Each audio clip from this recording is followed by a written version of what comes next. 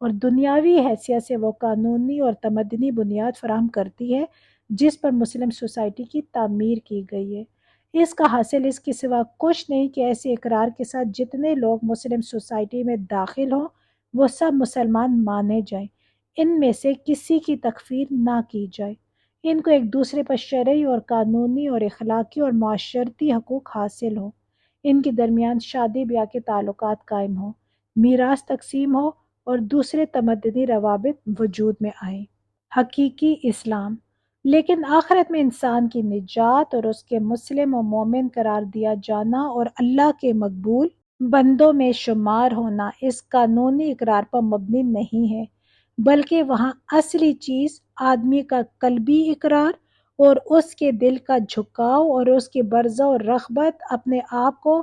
بالکلیہ خدا کے حوالے کر دینا ہے۔ دنیا میں جو زبانی اقرار کیا جاتا ہے وہ تو صرف قاضی شرع کے لیے اور عام انسانوں اور مسلمانوں کے لیے ہے، کیونکہ وہ صرف ظاہر ہی کو دیکھ سکتے ہیں، مگر اللہ آدمی کے دل کو اور اس کے باطن کو دیکھتا ہے اور اس کے ایمان کو ناپتا ہے۔ اس کے ہاں آدمی کو جس حیثیت سے جانچا جائے گا وہ یہ ہے کہ آیا اس کا جینا اور مرنا اور اس کی وفاداریاں اور اس کی اطاعت و بندگی اور اس کا پورا کارنامہ زندگی اللہ کے لیے تھا یا کسی اور کے لیے۔ اگر اللہ کے لیے تھا تو وہ مسلم اور مومن قرار پائے گا، اور اگر کسی اور کے لیے تھا تو نہ وہ مسلم ہوگا نہ مومن۔ اس حیثیت سے جو جتنا خام نکلے گا اتنا ہی اس کا ایمان اور اسلام خام ہوگا، خواہ دنیا میں اس کا شمار کیسے ہی بڑے مسلمانوں میں ہوتا رہا ہو اور اس کو کتنے ہی بڑے مراتب دیے گئے ہوں۔ اللہ کے ہاں قدر صرف اس چیز کی ہے جو کچھ اس نے آپ کو دیا ہے، وہ سب کچھ آپ نے اس کی راہ میں لگا دیا یا نہیں۔ اگر آپ نے ایسا کر دیا تو آپ کو وہی حق دیا جائے گا جو وفاداروں کو اور حق بندگی ادا کرنے والوں کو دیا جاتا ہے، اور اگر آپ نے کسی چیز کو خدا کی بندگی سے مستثنی کر کے رکھا تو آپ کا یہ اقرار کہ آپ مسلم ہوئے، یعنی یہ کہ آپ نے اپنے آپ کو بالکل خدا کے حوالے کر دیا، محض ایک جھوٹا اقرار ہوگا جس سے دنیا کے لوگ دھوکہ کھا سکتے ہیں، جس سے فریب کھا کر مسلم سوسائٹی آپ کو اپنے اندر جگہ دے سکتی ہے، جس سے دنیا میں آپ کو مسلمانوں کے سے تمام حقوق مل سکتے ہیں، لیکن اس سے فریب کھا کر خدا آپ اپنے ہاں آپ کو فرمانبرداروں میں جگہ نہیں دے سکتا۔ یہ قانونی اور حقیقی اسلام کا فرق جو میں نے آپ کے سامنے بیان کیا ہے، اگر آپ اس پر غور کریں تو آپ کو معلوم ہوگا کہ اس کے نتائج صرف آخرت ہی میں مختلف نہیں ہوں گے بلکہ دنیا میں بھی ایک بڑی حد تک مختلف ہے۔ دنیا میں جو مسلمان پائے گئے ہیں یا آج پائے جاتے ہیں ان سب کو دو قسموں پر منقسم کیا جا سکتا ہے، جزوی مسلمان اور پورے مسلمان۔ اب جزوی مسلمان کون ہے؟ جزوی مسلمان ایک قسم کے مسلمان وہ ہیں جو خدا اور رسول صلی اللہ علیہ وآلہ وسلم کا اقرار کر کے اسلام کو بحیثیت اپنے مذہب کے مان لیں، مگر اپنے اس مذہب کو اپنی کل زندگی کا محض ایک جز اور ایک شعبہ ہی بنا کر رکھیں۔ اس مخصوص جز اور شعبے میں تو اسلام کے ساتھ عقیدت ہو، عبادت گزاریاں ہو، تسبیح اور مصلی ہو، خدا کا ذکر ہو، کھانے پینے اور بعض معاشرتی معاملات میں پرہیزگاریاں ہوں، اور وہ سب کچھ ہو جسے مذہبی طرز عمل کہا جاتا ہے، مگر اس شعبے کے سوا ان کی زندگی کے دوسرے تمام پہلو ان کے مسلم ہونے کی حیثیت سے مستثنی ہوں۔ وہ محبت کرے تو اپنے نفس یا اپنے مفاد یا اپنے ملک و قوم یا کسی اور کی خاطر کرے، وہ دشمنی کرے اور کسی سے جنگ کرے تو وہ بھی ایسے ہی کسی دنیاوی یا نفسانی تعلق کی بنا پر کریں۔ ان کے کاروبار، ان کے لین دین، ان کے معاملات اور تعلقات،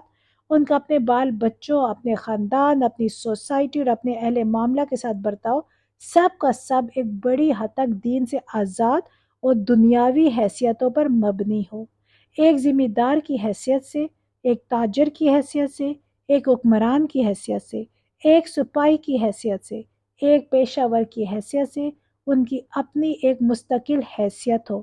جس کا ان کے مسلمان ہونے کی حیثیت سے کوئی تعلق نہ ہو۔ پھر اس قسم کے لوگ مل کر اجتماعی طور پر جو تمدنی، تعلیمی اور سیاسی ادارے قائم کریں وہ بھی ان کے مسلمان ہونے کی حیثیت سے خواہ جزئی طور پر متاثر یا منسوب ہوں، لیکن فی الواقع ان کو اسلام سے کوئی علاقہ نہ ہو۔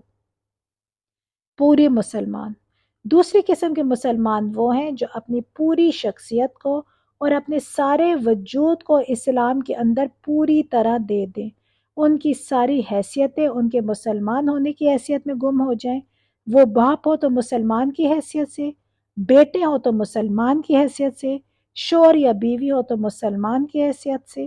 تاجر، زمیندار، مزدور، ملازم یا پیشہ ور ہو تو مسلمان کی حیثیت سے۔ ان کے جذبات، ان کی خواہشات، ان کے نظریات، ان کے خیالات، ان کی رائے، ان کی نفرت اور رغبت، ان کی پسند اور ناپسند، سب کچھ اسلام کے تابع ہو۔ ان کے دل و دماغ پر، ان کی آنکھوں اور کانوں پر، ان کے پیٹ اور ان کی شرمگاہوں پر، اور ان کے ہاتھ پاؤں اور ان کے جسم و جان پر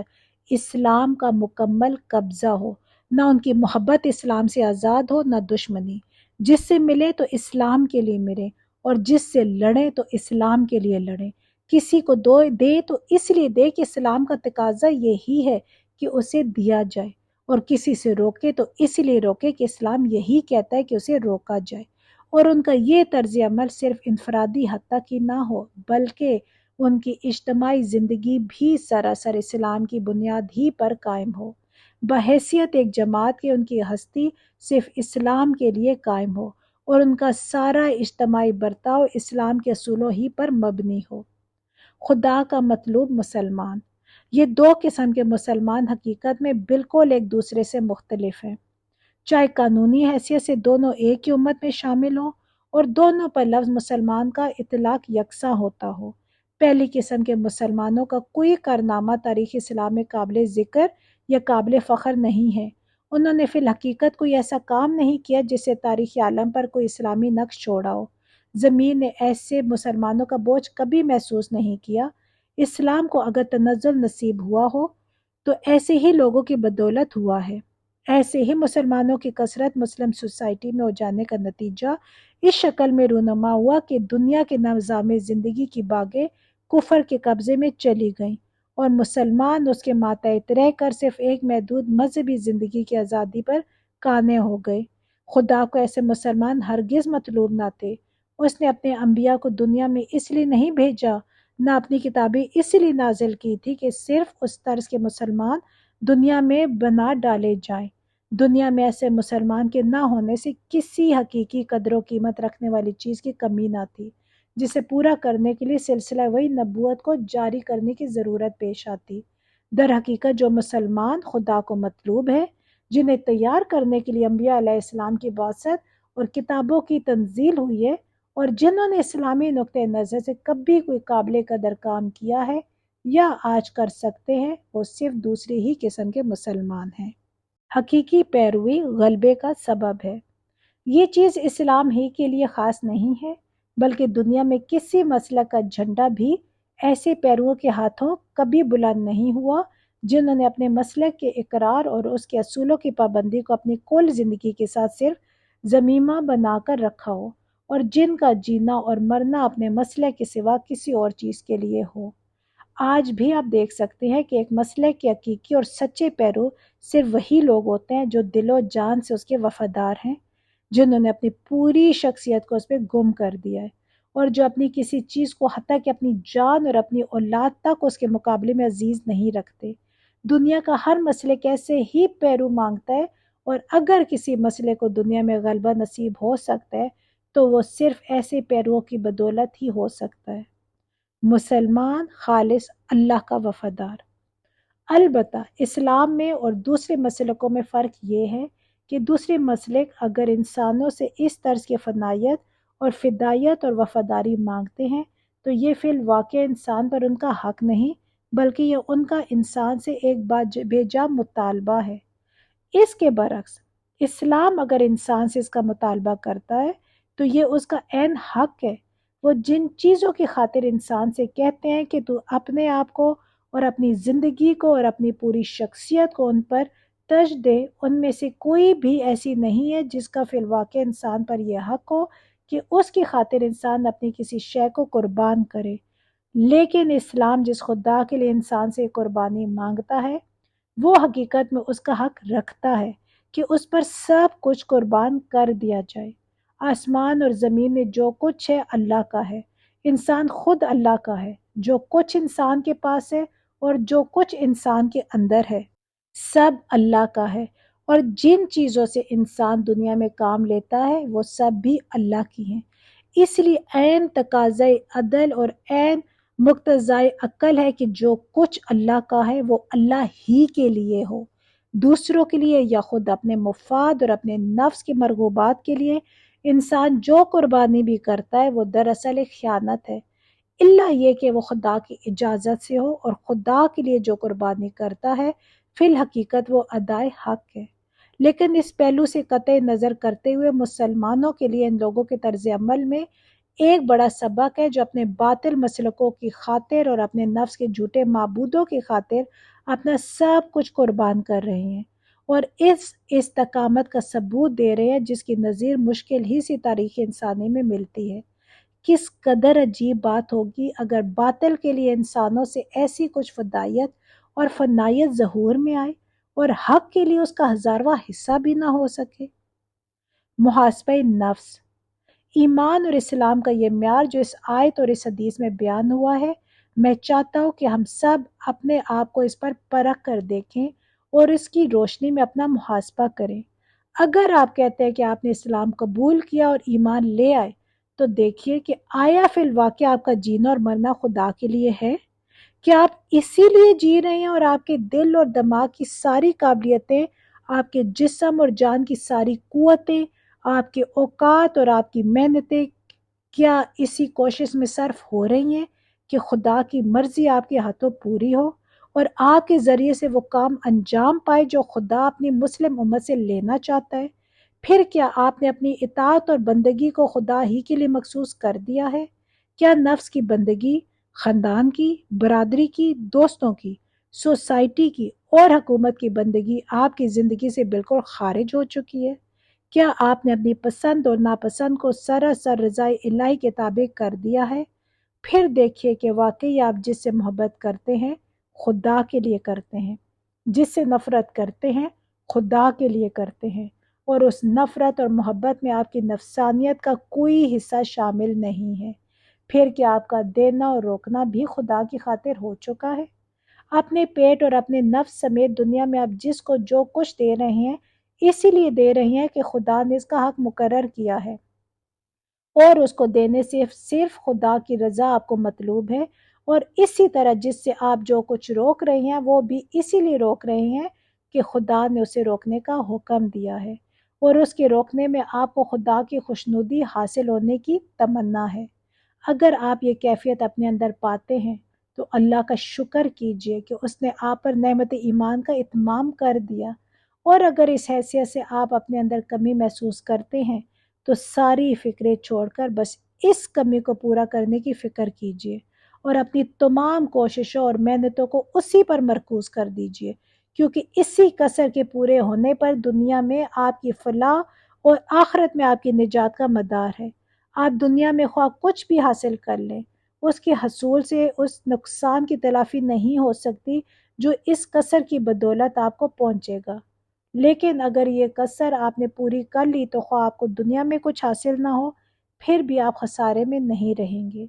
یہ کسوٹی اس غرض کے لیے نہیں ہے کہ اس پر آپ دوسروں کو پرکھیں اور ان کے مومن یا منافق اور مسلم یا کافر ہونے کا فیصلہ کریں، بلکہ یہ کسوٹی اس غرض کے لیے ہے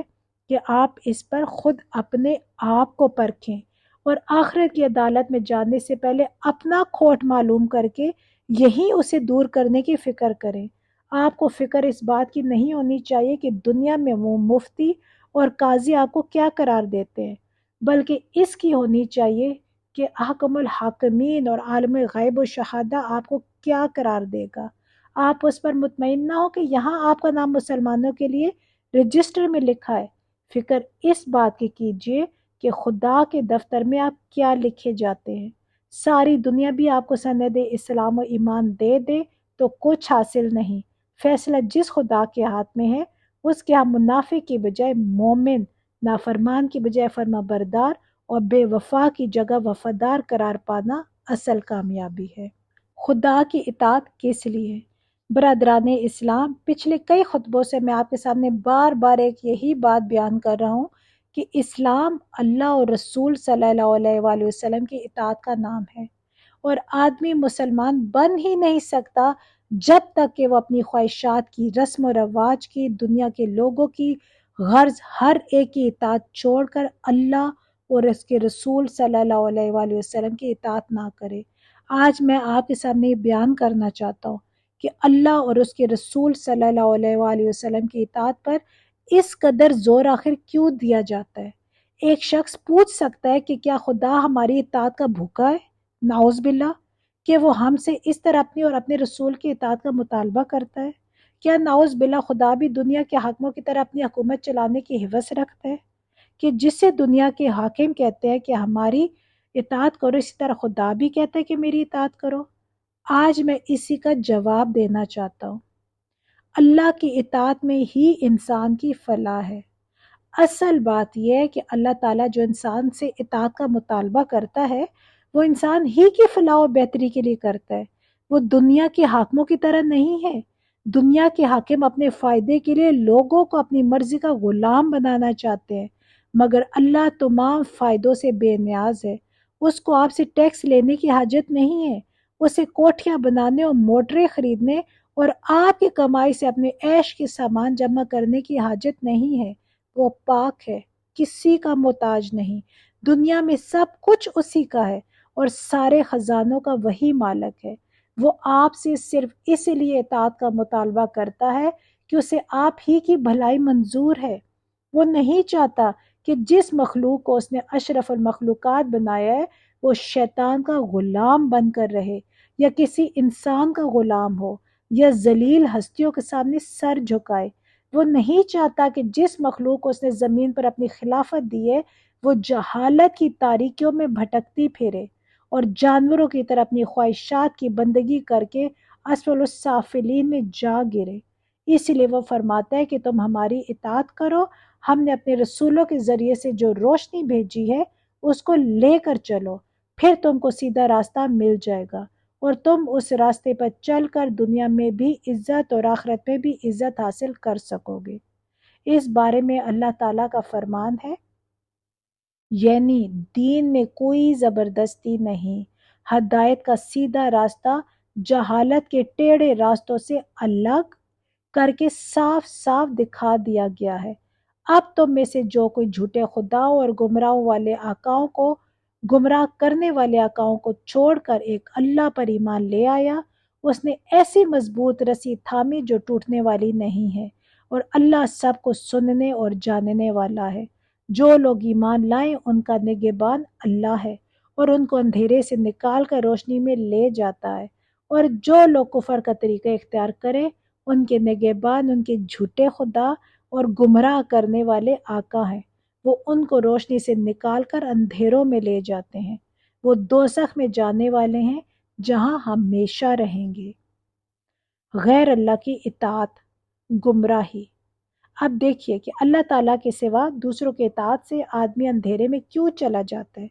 اور اس کی کیا وجہ ہے کہ روشنی صرف اللہ ہی کی اطاعت سے مل سکتی ہے۔ آپ دیکھتے ہیں کہ اس دنیا میں آپ کی زندگی بے شمار تعلقات سے جکڑی ہوئی ہے۔ سب سے پہلا تعلق تو آپ کا اپنے جسم سے ہے، یہ ہاتھ، یہ پاؤں، یہ آنکھیں، یہ کان، یہ زبان، یہ دل و دماغ، یہ پیٹ، سب آپ کی خدمت کے لیے اللہ نے آپ کو دیے ہیں۔ آپ کو یہ فیصلہ کرنا ہے کہ ان سے کس طرح خدمت لیں، پیٹ کو کیا کھلائیں اور کیا نہ کھلائیں، ہاتھوں سے کیا کام کریں اور کیا نہ لیں، پاؤں کو کس راستے پر چلائیں اور کس راستے پہ چھوڑیں، آنکھیں اور کان سے کس قسم کے کام لیں، کس قسم کے نہ لیں، زبان کو کن باتوں کے لیے استعمال کریں، دل میں کیسے خیالات رکھیں، دماغ سے کیسی باتیں سوچیں۔ ان سب خادموں سے آپ اچھے کام بھی لے سکتے ہیں اور برے بھی۔ یہ آپ کو بلند درجے کا انسان بھی بنا سکتے ہیں اور جانوروں سے بدتر درجے میں بھی پہنچا سکتے ہیں۔ پھر آپ کے تعلقات اپنے گھر کے لوگوں سے بھی ہیں، باپ، ماں، بہن، بھائی، بیوی، اولاد اور دوسرے رشتہ دار ہیں جن سے آپ کا رات دن کا تعلق ہے۔ یہاں آپ کو یہ فیصلہ کرنا ہے کہ ان سے آپ کا برتاؤ کس طرح ہے،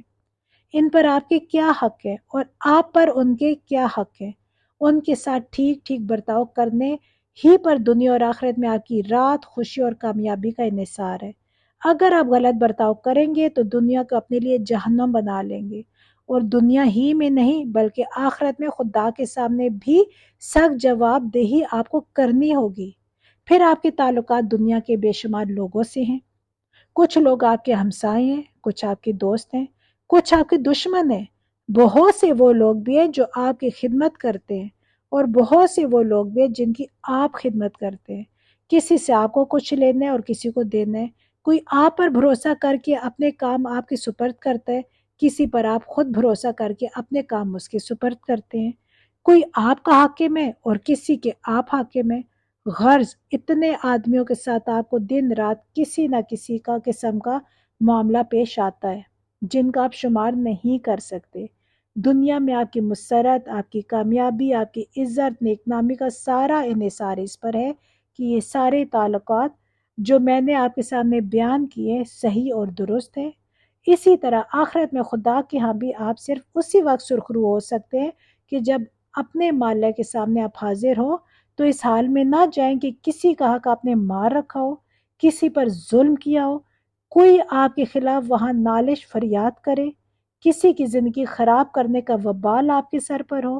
کسی کی عزت یا جان یا مال کو آپ نے ناجائز طور پر نقصان پہنچایا ہو۔ لہٰذا آپ کو یہ فیصلہ کرنے کی بھی ضرورت ہے کہ ان بے شمار تعلقات کو درست کس طرح رکھا جائے اور ان کو خراب کرنے والے طریقے کون سے ہیں جن سے پرہیز کیا جائے۔ اب آپ غور کیجئے کہ اپنے جسم سے، اپنے گھر والوں سے اور دوسرے تمام لوگوں سے صحیح تعلق رکھنے کے لیے آپ کو ہر قدم پر علم کی روشنی درکار ہے۔ قدم قدم پر آپ کو یہ معلوم ہونے کی ضرورت ہے کہ صحیح کیا اور غلط کیا، حق کیا اور باطل کیا، انصاف کیا اور ظلم کیا، کس کا حق آپ پر کتنا ہے اور کس پر آپ کا حق کتنا ہے، کس چیز میں حقیقی فائدہ اور کس چیز میں حقیقی نقصان ہے۔ یہ علم اگر آپ خود اپنے نفس کے پاس تلاش کریں گے تو وہاں یہ نہ ملے گا، اس لیے کہ نفس تو خود جاہل ہے۔ اس کے پاس خواہشات کے سوا کیا دھرا ہے؟ وہ تو کہے گا کہ شراب پیو، زنا کرو، حرام کھاؤ کیونکہ اس میں بڑا مزہ ہے۔ وہ تو کہے گا کہ سب کا حق مار کھاؤ اور کسی کا حق ادا نہ کرو کیونکہ اس میں فائدہ ہی فائدہ ہے۔ لے لیا سب کچھ اور دیا کچھ بھی نہیں۔ وہ تو کہے گا کہ سب سے اپنا مطلب نکالو اور کسی کے کچھ کام نہ ہو کیونکہ اس میں نفع بھی ہے اور آسائش بھی۔ ایسے جاہل کے ساتھ جب آپ اپنے آپ کو اپنا آپ دے دیں گے تو وہ آپ کو نیچے کی طرف لے جائے گا، یہاں تک کہ آپ انتہا درجے کے خود غرض، بد نفس اور بدکار ہو جائیں گے اور آپ کی دنیا اور دین دونوں خراب ہو جائیں گے۔ دوسری صورت یہ ہے کہ آپ نفس کی بجائے اپنے ہی جیسے دوسرے انسانوں پر بھروسہ کریں اور اپنی باغ ان کے ہاتھ میں دے دے کہ جدھر وہ چاہے ادھر لے جائیں۔ اس صورت میں یہ خطرہ ہے کہ خود غرض آدمی کہیں آپ کو خود اپنی خواہشات کا غلام نہ بنا لے، یا ایک جاہل آدمی خود بھی گمراہ ہو اور آپ کو بھی گمراہ کر دے، یا ایک ظالم آپ کو اپنا ہتھیار بنائے اور دوسروں پر ظلم کرنے کے لیے آپ سے کام لے۔ غرض یہاں بھی آپ کو علم کی وہ روشنی نہیں مل سکتی جو آپ کو صحیح اور غلط کی تمیز بتا سکتی ہو اور دنیا کی اس زندگی میں ٹھیک ٹھیک راستے پر چلا سکے۔ حقیقی ہدایت صرف اللہ کی طرف سے، اس کے بعد صرف ایک خدائے پاک کی وہ ذات رہ جاتی ہے جہاں سے یہ روشنی آپ کو مل سکتی ہے۔ خدا علیم اور بصیر ہے، وہ ہر چیز کی حقیقت کو جانتا ہے، وہی ٹھیک ٹھیک بتا سکتا ہے کہ آپ کا حقیقی نفع کس چیز میں ہے اور حقیقی نقصان کس چیز میں، آپ کے لیے کون سا کام حقیقت میں صحیح ہے اور کون سا غلط۔ پھر خداوند تعالیٰ بے نیاز بھی ہے، اس کی اپنی کوئی غرض ہے ہی نہیں، اس سے اس کی ضرورت ہی نہیں ہے کہ معاذ اللہ آپ کو دھوکہ دے کر کچھ نفع حاصل کرے۔ اس لیے وہ پاک بے نیاز مالک جو کچھ بھی ہدایت دے گا بے غرض دے گا اور صرف آپ کے فائدے کے لیے دے گا۔ پھر خداوند تعالیٰ عادل بھی ہے، ظلم کا اس کی ذات پاک میں شائبہ بھی نہیں ہے، اس لیے وہ سراسر حق کی بنا پر حکم دے گا۔ وہ اس کے حکم پر چلنے میں اس بات کا کوئی خطرہ نہیں کہ آپ خود اپنے اوپر یا دوسرے لوگوں پر کسی قسم کا ظلم کر جائیں۔ الہی ہدایت سے استفادہ، مگر کیسے؟ یہ روشنی جو اللہ تعالیٰ کی طرف سے ملتی ہے، اس سے فائدہ اٹھانے کے لیے دو باتوں کی ضرورت ہے۔ ایک یہ کہ آپ اللہ پر اور اس کے رسول صلی اللہ علیہ وآلہ وسلم پر جس کے واسطے سے یہ روشنی آ رہی ہے سچے دل سے ایمان لائیں، یعنی آپ کو پورا یقین ہو کہ خدا کی طرف سے اس کے رسول پاک صلی اللہ علیہ وآلہ وسلم نے جو کچھ ہدایت دی ہے وہ بالکل برحق ہے، خواہ اس کی مصلحت آپ کی سمجھ میں آئے یا نہ آئے۔ دوسرے یہ کہ ایمان لانے کے بعد آپ اس کی اطاعت کریں، اس لیے کہ اطاعت کے بغیر کوئی نتیجہ حاصل نہیں ہو سکتا۔ فرض کیجئے ایک شخص آپ سے کہتا ہے کہ فلاں چیز زہر ہے، مار ڈالنے والی چیز ہے، اسے نہ کھاؤ۔ آپ کہتے ہیں کہ بے شک تم نے سچ کہا، یہ زہر ہی ہے، مار ڈالنے والی چیز ہے، مگر یہ جاننے اور ماننے کے باوجود آپ اس چیز کو کھا جاتے ہیں، ظاہر ہے اس کا نتیجہ وہی ہوگا جو نہ جانتے ہوئے کھانے کا ہوتا۔ ایسے جاننے اور ماننے سے کیا حاصل؟ اصلی فائدہ تو اسی وقت حاصل ہو سکتا ہے جب آپ ایمان لانے کے ساتھ اطاعت بھی کریں، جس بات کا حکم دیا گیا ہے اس پر فقط زبان ہی سے آمنا و صدقنا نہ کہیں بلکہ اس پر عمل بھی کریں، اور جس بات سے روکا گیا اس سے پرہیز کرنے کا زبانی اقرار ہی نہ کریں بلکہ اپنے اعمال میں اس سے پرہیز بھی کریں۔ اس لیے حق تعالیٰ بار بار فرماتا ہے میری اطاعت کرو اور میرے رسول صلی اللہ علیہ وآلہ وسلم کی اطاعت کرو۔ ایک اور جگہ اللہ تعالیٰ کہتا ہے اگر میرے رسول کی اطاعت کرو گے تب ہی تم کو ہدایت ملے گی۔ ایک اور جگہ میرے رب کا فرمان ہے وہ لوگ جو ہمارے رسول صلی اللہ علیہ وآلہ وسلم کے حکم کی خلاف ورزی کرتے ہیں ان کو ڈرنا چاہیے کہ کہیں وہ کسی آفت میں نہ پڑے۔ اللہ اور رسول صلی اللہ علیہ وآلہ وسلم کی اطاعت کا مطلب، برادران اسلام، یہ جو میں بار بار آپ سے کہتا ہوں کہ صرف اللہ اور اس کے رسول صلی اللہ علیہ وآلہ وسلم کی اطاعت کرنی چاہیے، اس کا مطلب اب یہ نہ سمجھ لے کہ آپ کو کسی آدمی کی بات ماننی ہی نہیں چاہیے، نہیں،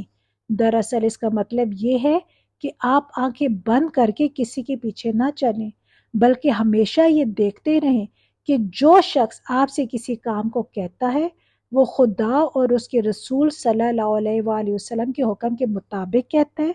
یا اس کے خلاف۔ اگر مطابق کہتا ہے تو اس کی بات ضرور ماننی چاہیے، کیونکہ اس صورت میں آپ اس کی اطاعت کب کر رہے ہیں؟ یہ تو دراصل اللہ اور اس کے رسول ہی کی اطاعت ہے۔ اور اگر وہ حکم خدا اور اس کے رسول کے خلاف کہتا ہے تو اس کی بات اس کے منہ پر دے ماریے، خواہ وہ کوئی ہو، کیونکہ آپ کے لیے خدا اور رسول صلی اللہ علیہ وآلہ وسلم کے سوا کسی کے حکم کی اطاعت جائز نہیں ہے۔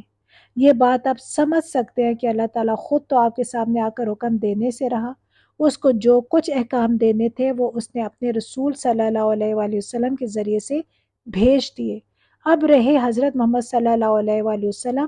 تو آپ بھی 1350 برس پہلے وفات پا چکے ہیں۔ آپ کے ذریعے سے جو احکام خدا نے دیے تھے وہ قرآن اور حدیث میں ہیں، لیکن قرآن اور حدیث خود بھی چلنے پھرنے اور بولنے اور حکم دینے والی چیزیں نہیں ہیں کہ آپ کے سامنے آ جائیں اور آ کر کسی بات کو حکم دے اور کسی بات سے روکیں۔ قرآن اور حدیث کے احکام کے مطابق آپ کو چلانے والے بہرحال انسان ہی ہوں گے، اس لیے انسانوں کی اطاعت کے بغیر تو چارہ نہیں۔ البتہ ضرورت جس بات کی ہے وہ یہ ہے کہ آپ انسانوں کے پیچھے آنکھیں بند کر کے نہ چلیں بلکہ جیسا کہ میں نے ابھی آپ سے کہا کہ یہ دیکھیے کہ وہ قرآن اور حدیث کے مطابق چلا رہے ہیں یا نہیں۔ اگر قرآن اور حدیث کے مطابق چلائیں تو ان کی اطاعت آپ پر فرض ہے، اور اگر اس کے خلاف چلائیں تو ان کی اطاعت حرام ہے۔ دین اور شریعت، برادران اسلام، مذہب کی باتوں میں آپ اکثر دو لفظ سنا کرتے ہیں اور بولتے بھی ہیں، ایک دین اور دوسرے شریعت، لیکن آپ میں سے بہت کم آدمی جانتے ہیں جن کو یہ معلوم ہوگا کہ دین کی کیا معنی ہے اور شریعت کا کیا مطلب ہے۔ بے پڑھے لکھے تو خیر مجبور ہیں، اچھے خاصے تعلیم یافتہ آدمی بلکہ بہت سے مولوی بھی یہ نہیں جانتے کہ ان دونوں لفظوں کا ٹھیک ٹھیک مطلب کیا ہے اور ان دونوں میں فرق کیا ہے۔ اس ناواقفیت کی وجہ سے اکثر دین کو شریعت سے اور شریعت کو دین سے گڑ مٹ کر دیا جاتا ہے اور اس سے بڑی خرابیاں پیدا ہوتی ہیں۔ آج میں بہت سے سادہ الفاظ میں آپ کو ان کا مطلب سمجھاتا ہوں۔ دین کے معنی، دین کے کئی معنی ہیں۔ ایک معنی عزت، حکومت، سلطنت، بادشاہی اور فرما روائی کے ہیں۔ دوسرے معنی اس کے بالکل برعکس ہے، یعنی زیر دستی، اطاعت، غلامی، تابع داری اور بندگی۔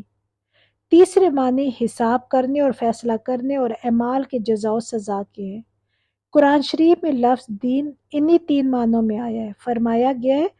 خدا کے نزدیک دین وہی ہے جس میں انسان صرف اللہ کو عزت والا مانے،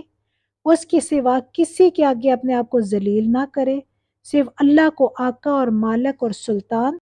سمجھے اور اس کے سوا کسی کا غلام، فرما بردار اور تابع دار بن کر نہ رہے، صرف اللہ کو حساب کرنے اور جزا و سزا دینے والا سمجھے اور اس کے سوا کسی کے حساب سے نہ ڈرے، کسی کی جزا کا لالچ نہ کرے اور کسی کی سزا کا خوف نہ کھائے۔ اسی دین کا نام اسلام ہے۔ اگر اس کو چھوڑ کر آدمی نے کسی اور کو اصلی عزت والا، اصلی حاکم، اصلی بادشاہ، مالک، اصل جزا و سزا دینے والا سمجھا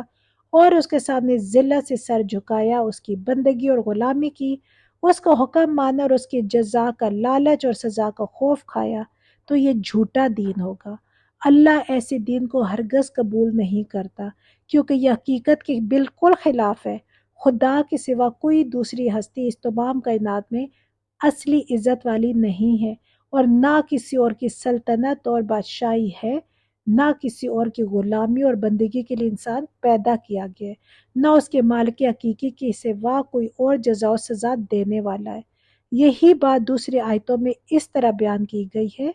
کہ جو شخص خدا کی سلطانی اور بادشاہی کو چھوڑ کر کسی اور کو اپنا مالک اور حاکم مانے گا اور اس کی بندگی اور غلامی اختیار کرے گا اور اس کو جزا و سزا دینے والا سمجھے گا، اس کے دین کو خدا ہرگز قبول کرنے والا نہیں ہے، اسی لیے کہ انسانوں کو خدا نے اپنا بندہ بنایا ہے اور اپنے سوا کسی اور کی بندگی کرنے کو انہیں حکم ہی نہیں دیا ہے۔ ان کا تو فرض یہ ہے کہ سب طرف سے منہ موڑ کر صرف اللہ کے لیے اپنے دین یعنی اپنی اطاعت اور غلامی کو مخصوص کر دیں اور یکسو ہو کر صرف اسی کی بندگی کرے اور صرف اسی کے حساب سے ڈرے۔ قرآن پاک میں ہے کہ انسان خدا کے سوا کسی اور کی غلامی اور فرما برداری کرنا چاہتا ہے، حالانکہ زمین اور آسمان کی ساری چیزیں صرف خدا کی غلام اور فرما بردار ہیں، اور ان ساری چیزوں کا اپنے حساب کتاب کے لیے خدا کے سوا کسی اور کی طرف نہیں جانا ہے۔ کیا انسان زمین اور آسمان کی ساری کائنات کے خلاف ایک نرالا راستہ اپنے لیے نکالنا چاہتا ہے؟ پھر قرآن پاک میں آیا ہے اللہ نے اپنے رسول صلی اللہ علیہ وآلہ وسلم کو سچے دین کا علم دے کر اسی لیے بھیجا کہ وہ سارے جھوٹے خداؤں کی خدائی ختم کر دے اور انسان کو ایسا آزاد کر دے کہ وہ خداوند عالم کے سوا کسی کا بندہ بن کر نہ رہے، چاہے کفار و مشرکین اس پر اپنی جہالت سے کتنا ہی واویلا مچائیں اور کتنی ہی ناک بھو چڑھائیں۔ قرآن پاک میں آیا ہے اور تم جنگ کرو تاکہ دنیا سے غیر اللہ کی فرما روائی کا فتنہ مٹ جائے اور دنیا میں بس خدا ہی کا قانون چلے، خدا ہی کی بادشاہی تسلیم کی جائے اور انسان صرف خدا کی بندگی کرے۔ اس تشریح سے آپ کو معلوم ہو گیا کہ دین کے کیا معنی ہیں۔ دین کے معنی یہ ہے کہ خدا کو آقا اور مالک اور حاکم ماننا، خدا ہی کی غلامی، بندگی اور تابع داری کرنا اور خدا کے حساب سے ڈرنا، اس کی سزا کا خوف کھانا اور اسی کی جزا کا لالچ کرنا۔ پھر چونکہ خدا کو حکم انسانوں کو اس کی کتاب اور اس کے رسول صلی اللہ علیہ وآلہ وسلم کے ذریعے ہی سے پہنچتا ہے، اس لیے رسول کو خدا کا رسول اور کتاب کو خدا کی کتاب ماننا اور اس کی اطاعت کرنا بھی دین ہی میں داخل ہے، جیسا کہ فرمایا گیا اے بنی آدم جب میرے رسول تمہارے پاس میرے احکام لے کر آئیں تو جو شخص تم میں سے ان احکام کو مان کر پرہیزگاری اختیار کرے گا اور ان کے مطابق اپنا عمل درست کر لے گا، اس کے لیے ڈر اور رنج کی کوئی بات نہیں۔ اس سے معلوم ہوا کہ اللہ تعالیٰ براہ راست ہر انسان کے پاس اپنے احکام نہیں بھیجتا بلکہ اپنے رسولوں کے واسطے سے بھیجتا ہے۔ اس لیے جو شخص اللہ کو حکم مانتا ہے وہ اس کی فرما برداری صرف اسی طرح کر سکتا ہے کہ اس کے رسولوں کی فرما برداری کرے اور رسول کے ذریعے سے جو احکام آئے ان کی اطاعت کرے۔ اسی کا نام دین ہے۔ شریعت کیا ہے؟ اب میں آپ کو بتاؤں گا کہ شریعت کسے کہتے ہیں۔ شریعت کے معنی طریقے اور راستے کے ہیں۔ جب تم نے خدا کو حاکم مان لیا اور اس کی بندگی قبول کر لی اور یہ تسلیم کر لیا کہ رسول صلی اللہ علیہ وآلہ وسلم اسی کی طرف سے حاکم مجاز ہے اور کتاب اسی کی طرف سے ہے، تو تم دین میں داخل ہو گئے۔ اس کے بعد تم کو جس طریقے سے خدا کی بندگی کرنی ہے، اس کی فرما برداری میں جس راستے پر چلنا ہے، اس کا نام شریعت ہے۔ یہ طریقہ اور راستہ بھی خدا اپنے رسول ہی کے ذریعے سے بتاتا ہے۔ وہی سے یہ سکھاتا ہے کہ اپنے مالک کی عبادت اس طرح کرو، طہارت اور پاکیزگی کا یہ طریقہ ہے، نیکی اور تقوی کا یہ راستہ ہے، حقوق اس طرح ادا کرنے چاہیے، معاملات یوں انجام دینے چاہیے اور زندگی اس طرح بسر کرنی چاہیے۔ لیکن فرق یہ ہے کہ دین ہمیشہ سے ایک تھا، ایک ہی رہا اور اب بھی ایک ہی ہے، مگر شریعتیں بہت سی آئیں، بہت سی منسوخ ہوئیں، بہت سی بدل گئی، اور کبھی ان کے بدلنے سے دین نہیں بدلا۔ حضرت نوح علیہ السلام کا دین بھی وہی تھا جو حضرت ابراہیم علیہ السلام کا تھا، حضرت موسیٰ علیہ السلام اور عیسیٰ علیہ السلام کا تھا، حضرت شعیب علیہ السلام اور حضرت صالح علیہ السلام اور حضرت ہود علیہ السلام کا تھا، اور حضرت محمد صلی اللہ علیہ وآلہ وسلم کا ہے، مگر شریعتیں ان سب کی کچھ نہ کچھ مختلف رہی ہیں۔ نماز اور روزے کے طریقے کسی میں کچھ تھے اور کسی میں کچھ، حلال اور حرام کے احکام، طہارت کے قاعدے، نکاح اور طلاق اور وراثت کے قانون، ہر شریعت میں دوسری شریعت سے کچھ نہ کچھ مختلف رہے ہیں۔ ان کے باوجود سب مسلمان تھے۔ حضرت نوح علیہ السلام کے پیرو بھی، حضرت ابراہیم علیہ السلام کے پیرو بھی، حضرت موسیٰ علیہ السلام کے پیرو بھی، اور ہم بھی، اس لیے کہ دین سب کا ایک ہے۔ اس سے معلوم ہوا کہ شریعت کے احکام میں فرق ہونے سے دین میں کوئی فرق نہیں ہوتا، دین ایک ہی رہتا ہے، چاہے اس پر عمل کرنے کے طریقے مختلف ہوں۔ شریعتوں کے فرق کی نوعیت، اس فرق کو یوں سمجھو کہ ایک آقا کے بہت سے نوکر ہیں۔ جو شخص اس کو آقا ہی نہیں مانتا اور اس کے حکم کو اپنے لیے واجب و تعمیل ہی نہیں سمجھتا، وہ تو نافرمان ہے اور نوکری کے دائرے ہی سے خارج ہے۔ اور جو لوگ اس کو آقا تسلیم کرتے ہیں، اس کے حکم کو ماننا اپنا فرض سمجھتے ہیں اور اس کی نافرمانی سے ڈرتے ہیں، وہ سب نوکروں کے زمرے میں داخل ہیں۔ نوکری بجا لانے اور خدمت کرنے کے مختلف طریقے ہوں تو اس سے ان کے نوکر ہونے میں کوئی فرق واقع نہیں ہوتا۔ اگر آقا نے کسی کو نوکری کا ایک طریقہ بتایا ہے اور دوسرے کو دوسرا طریقہ، تو ایک نوکر کو یہ کہنے کا حق نہیں کہ میں نوکر ہوں اور وہ نوکر نہیں ہے۔ اسی طرح اگر آقا کو حکم سن کر ایک نوکر اس کی منشا کچھ سمجھتا ہے اور دوسرا کچھ اور دونوں اپنی اپنی سمجھ کے مطابق اس حکم کی تعمیل کرتے ہیں، تو نوکری میں دونوں برابر ہیں۔ یہ ہو سکتا ہے کہ ایک نے مطلب سمجھنے میں غلطی کی ہو اور دوسرے نے صحیح مطلب سمجھا ہو،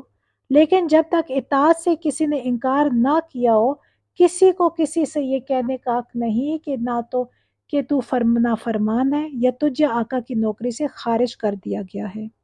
اس مثال سے آپ دین اور شریعت کے فرق کو بڑی اچھی طرح سمجھ سکتے ہیں۔ نبی اکرم صلی اللہ علیہ وآلہ وسلم سے پہلے اللہ تعالیٰ نے مختلف رسولوں کے ذریعے سے مختلف شریعتیں اللہ تعالیٰ بھیجتا رہا ہے۔ کسی کو نوکری کا ایک طریقہ بتایا، کسی کو دوسرا۔ ان سب طریقوں کے مطابق جن جن لوگوں نے مالک کی اطاعت کی، وہ سب مسلمان تھے،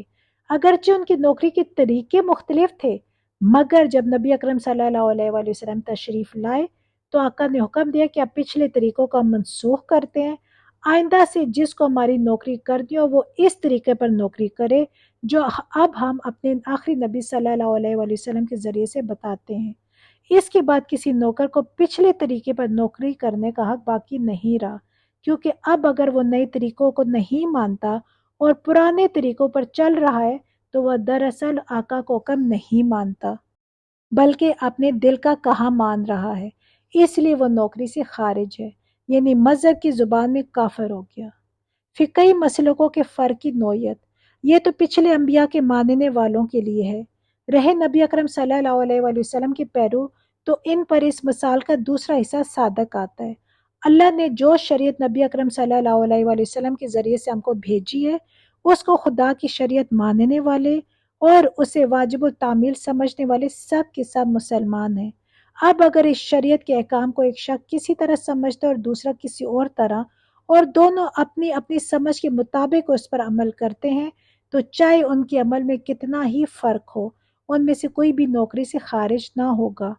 اس لیے کہ ان میں سے ہر ایک جس طریقے پر چل رہا ہے یہی سمجھ کر تو چل رہا ہے کہ یہ آقا کو حکم ہے۔ پھر ایک نوکر کو یہ کہنے کا کیا حق ہے کہ میں تو نوکر ہوں اور فلاں شخص نوکر نہیں ہے؟ زیادہ سے زیادہ بس وہ یہی کہہ سکتا ہے کہ میں نے آقا کے حکم کو صحیح مطلب سمجھا اور اس نے صحیح نہیں سمجھا، مگر وہ اس کو نوکری سے خارج کر دینے کا مجاز کیسے ہو گیا؟ جو شخص ایسی جرت کرتا ہے وہ گویا خود آقا کا منصب اختیار کرتا ہے۔ وہ گویا یہ کہتا ہے کہ تو جس طرح آقا کے حکم کو ماننے پر مجبور ہے اسی طرح میری سمجھ کو بھی ماننے پر مجبور ہے۔ اگر تو میری سمجھ کو نہ مانے گا تو میں اپنے اختیار سے تجھ کو آقا کی نوکری سے خارج کر دوں گا۔ غور کرو یہ کتنی بڑی بات ہے۔ اس لیے نبی اکرم صلی اللہ علیہ وآلہ وسلم نے فرمایا ہے کہ جو شخص کسی مسلمان کو ناحق کافر کہے گا اس کا قول خود اسی پر پلٹ جائے گا، کیونکہ مسلمان کو تو خدا نے اپنے حکم کا غلام بنایا ہے، مگر یہ شخص کہتا ہے کہ نہیں تو میری سمجھ اور میری رائے کی بھی غلامی کرو، یعنی صرف خدا ہی تمہارا خدا نہیں بلکہ میں بھی چھوٹا خدا ہوں، اور میرا حکم نہ مانو گے تو میں اپنے اختیار سے تم کو خدا کی بندگی سے خارج کر دوں گا، چاہے خدا خارج کرے یا نہ کرے۔ ایسی بڑی بات جو شخص کہتا ہے اس کے کہنے سے چاہے دوسرا مسلمان کافر ہو یا نہ ہو، مگر وہ خود تو اپنے آپ کو کفر کے خطرے میں ڈال ہی دیتا ہے۔ حاضرین، آپ نے دین اور شریعت کا فرق اچھی طرح سمجھ لیا ہوگا، اور یہ بھی آپ نے جان لیا ہوگا کہ بندگی کے طریقوں میں اختلاف ہو جانے سے دین میں اختلاف نہیں ہوتا، بشرط یہ کہ آدمی جس طریقے پر عمل کرے نیک نیتی کے ساتھ یہ سمجھ کر عمل کرے کہ خدا اور اس کے رسول صلی اللہ علیہ وآلہ وسلم نے وہی طریقہ بتایا جس پر وہ عامل ہے، اور اس کے پاس اپنے اس طرز عمل کے لیے خدا کی کتاب یا اس کے رسول صلی اللہ علیہ وآلہ وسلم کی سنت سے کوئی سند موجود ہو۔ دین اور شریعت کا فرق نہ سمجھنے کی خرابیاں۔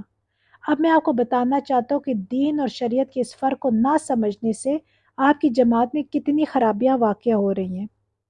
مسلمانوں میں نماز پڑھنے کے مختلف طریقے ہیں۔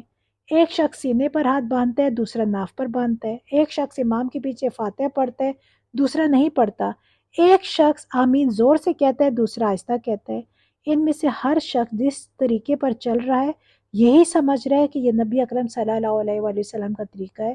اور اس کے لیے وہ اپنی سند پیش کرتا ہے۔ اس لیے نماز کی صورت مختلف ہونے کے باوجود دونوں حضور صلی اللہ علیہ وآلہ وسلم ہی کے پیرو ہیں، مگر جن ظالموں نے شریعت کے ان مسائل کو دین سمجھ رکھا ہے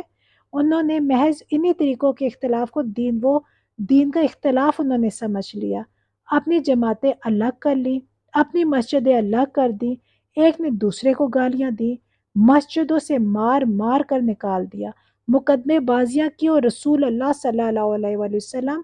کی امت کو ٹکڑے ٹکڑے کر ڈالا۔ اس سے بھی لڑنے اور لڑانے والوں کے دل ٹھنڈے نہ ہوئے تو چھوٹی چھوٹی باتوں پر ایک نے دوسرے کو کافر اور فاسق اور گمراہ کہنا شروع کر دیا۔ ایک شخص قرآن سے یا حدیث سے ایک بات اپنی سمجھ کے مطابق نکالتا ہے تو وہ اس کو کافی نہیں سمجھتا کہ جو کچھ اس سے سمجھا اس پر عمل کر لے، بلکہ یہ بھی ضروری سمجھتا ہے کہ دوسروں سے بھی اپنی سمجھ زبردستی تسلیم کرائے، اور اگر وہ اسے تسلیم نہ کریں تو ان کو خدا کے دین سے خارج کر دے۔ آپ مسلمانوں میں حنفی، شافعی، اہل حدیث وغیرہ جو مختلف مذاہب دیکھ رہے ہیں یہ سب قرآن اور حدیث کو آخری سند مانتے ہیں اور اپنی اپنی سمجھ کے مطابق وہیں سے احکام نکالتے ہیں۔ ہو سکتا ہے کہ ایک کی سمجھ صحیح ہو اور دوسرے کی غلط ہو۔ میں بھی ایک طریقے کا پیرو ہوں اور اس کو صحیح سمجھتا ہوں، اور اس کے خلاف جو لوگ ہیں ان سے بحث بھی کرتا ہوں تاکہ جو بات میرے نزدیک صحیح ہے میں ان کو سمجھاؤں، اور جس بات کو میں غلط سمجھتا ہوں اسے غلط ثابت کروں۔ لیکن کسی شخص کی سمجھ کا غلط ہونا اور بات ہے اور اس کا دین سے خارج ہو جانا دوسری بات۔ اپنی اپنی سمجھ کے مطابق شریعت پر عمل کرنے کا ہر مسلمان کو حق ہے۔ اگر 10 مسلمان 10 مختلف طریقوں پر عمل کریں تو جب تک وہ شریعت کو مانتے ہیں وہ سب مسلمان ہیں، ایک ہی امت ہے، ان کی جماعتیں الگ ہونے کی کوئی وجہ نہیں ہے۔ مگر جو لوگ اس چیز کو نہیں سمجھتے وہ انہی چھوٹی چھوٹی باتوں پر فرقے بناتے ہیں، ایک دوسرے سے کٹ جاتے ہیں، اپنی نمازیں اور مسجدیں الگ کر لیتے ہیں، ایک دوسرے سے شادی بیاہ میل جو ربط و ضبط بند کر دیتے ہیں، اور اپنے اپنے ہم مذہبوں کہ جتھے اس طرح بنا لیتے ہیں گویا ہر جتھا ایک الگ امت ہے۔ فرقہ بندی کے نقصانات، آپ اندازہ نہیں کر سکتے کہ اس فرقہ بندی سے مسلمانوں کو کتنا نقصان پہنچے۔ کہنے کو مسلمان ایک امت ہے، ہندوستان میں ان کی 8 کروڑ کی تعداد ہے۔ اتنی بڑی جماعت اگر واقعی ایک ہو اور پورے اتفاق کے ساتھ خدا کا کلمہ بلند کرنے کے لیے کام کرے تو دنیا میں کون اتنا دم رکھتا ہے جو اس کو نیچے دکھا سکے؟ مگر حقیقت میں اس فرقہ بندی کی بدولت اس امت کے سینکڑوں ٹکڑے ہو گئے ہیں، ان کے دل ایک دوسرے سے پھٹے ہوئے ہیں، یہ سخت سے سخت مصیبت کے وقت میں بھی مل کر نہیں کھڑے ہو سکتے۔ ایک فرقے کا مسلمان دوسرے فرقے والوں سے اتنا ہی تعصب رکھتا ہے جتنا ایک یہودی ایک عیسائی سے رکھتا ہے، بلکہ اس سے بھی کچھ بڑھ کر۔ ایسے واقعات دیکھنے میں آئے ہیں کہ ایک فرقے والے نے دوسرے فرقے والے کو نیچے دکھانے کے لیے کفار کا ساتھ دیا ہے۔ ایسی حالت میں اگر مسلمان کو آپ مغلوب دیکھ رہے ہیں تو تعجب نہ کیجیے، یہ ان کے اپنے ہاتھوں کی کمائی ہے۔ ان پر وہ عذاب نازل ہوا ہے جس کو اللہ تعالیٰ نے اپنی کتاب میں اس طرح بیان کیا ہے کہ اللہ کے عذاب کی ایک صورت یہ بھی ہے کہ وہ تم کو مختلف فرقوں میں تقسیم کر دے اور تم آپس میں ہی کٹ مرو۔ بھائیو، یہ عذاب جس پہ سارے ہندوستان کے مسلمان مبتلا ہے، اس کے آثار مجھے پنجاب میں سب سے زیادہ نظر آ رہے ہیں۔ یہاں مسلمانوں کے فرقوں کی لڑائیاں ہندوستان کے ہر خطے سے زیادہ ہیں، اور اسی کا نتیجہ ہے کہ پنجاب کی آبادی میں کثیر و تعداد ہونے کے باوجود آپ کی قوت بے اثر ہے۔ اگر آپ اپنی خیر چاہتے ہیں تو ان جتھوں کو توڑیے، ایک دوسرے کے بھائی بن کر رہیے اور ایک امت بن جائیے۔ خدا کی شریعت میں کوئی ایسی چیز نہیں ہے جس کی بنا پر اہل حدیث، حنفی، دیوبندی، بریلوی، شیعہ، سنی وغیرہ الگ الگ امتیں بن سکیں۔ یہ امتیں جہالت کی پیدا کی ہوئی ہیں۔ اللہ نے صرف ایک امت، امت مسلمہ بنائی ہے۔ الحمدللہ یہاں ہمارا خطبات کا چیپٹر نمبر 2 بھی پورا کمپلیٹ ہو گیا۔ اللہ تعالیٰ سے دعا ہے کہ اللہ تعالیٰ کے دین کے راستے میں ہماری ایک چھوٹی سی کوشش ہے، اللہ تعالیٰ اس کو اپنی بارگاہ میں قبول فرمائے، آمین۔ اور اللہ تعالیٰ سے دعا ہے کہ اللہ تعالیٰ اس کوشش کو میرے لیے، آپ سب کے لیے، اسپیشلی ہمارے والدین کے لیے صدقہ جاریہ بنائے، اور اللہ سے دعا ہے کہ ہمارے بولنے میں، میرے سمجھنے میں یا سمجھانے میں یا آپ لوگوں کے سمجھنے میں اگر کوئی غلطی ہو گئی ہو یا میرے بولنے میں کوئی بے ادبی ہو گئی ہو تو اللہ تعالیٰ ہم سب کو معاف فرمائے اور ہم سب کے علموں میں اضافہ فرمائے، آمین۔ السلام علیکم ورحمۃ اللہ وبرکاتہ۔